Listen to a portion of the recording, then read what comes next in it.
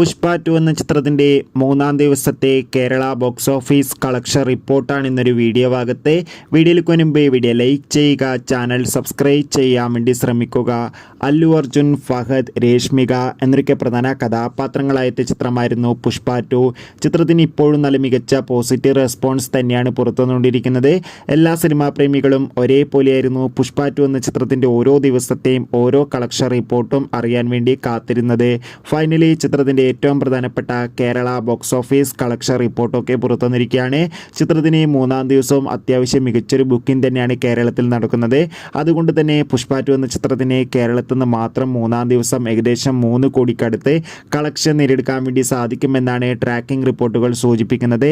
കാത്തിരിക്കാൻ നമുക്ക് പുഷ്പ 2 എന്ന ചിത്രത്തിൻ്റെ കൂടുതൽ കളക്ഷൻ റിപ്പോർട്ടിനായി. ചിത്രം കണ്ടവരുടെ അഭിപ്രായം കമൻറ്റ് ചെയ്യുക. ഈ വരുന്ന നവംബർ മാസം, ഡിസംബർ മാസം OTT റിലീസ് ചെയ്ത ചിത്രങ്ങളുടെ വീഡിയോ ചാനൽ ഭാഗം പരിശോധിച്ചാൽ നിങ്ങൾക്ക് കാണാം.